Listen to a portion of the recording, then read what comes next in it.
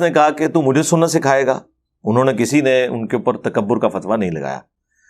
پھر انہوں نے فرمایا کہ نبی صلی اللہ علیہ وآلہ وسلم نے بغیر خوف کے، بغیر بارش کے، مدینہ شریف میں یعنی بغیر سفر کے، تینوں عذر اڑا دیے انہوں نے. تین ہی عذر ہو سکتے ہیں نا، خوف میں جان کا خوف، بیماری کا خوف، یہ سارے خوف ہی ہیں نا، دشمن کا خوف.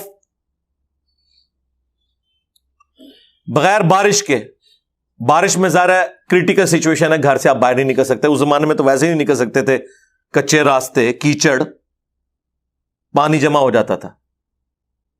مدینہ شریف میں یعنی بغیر سفر کے.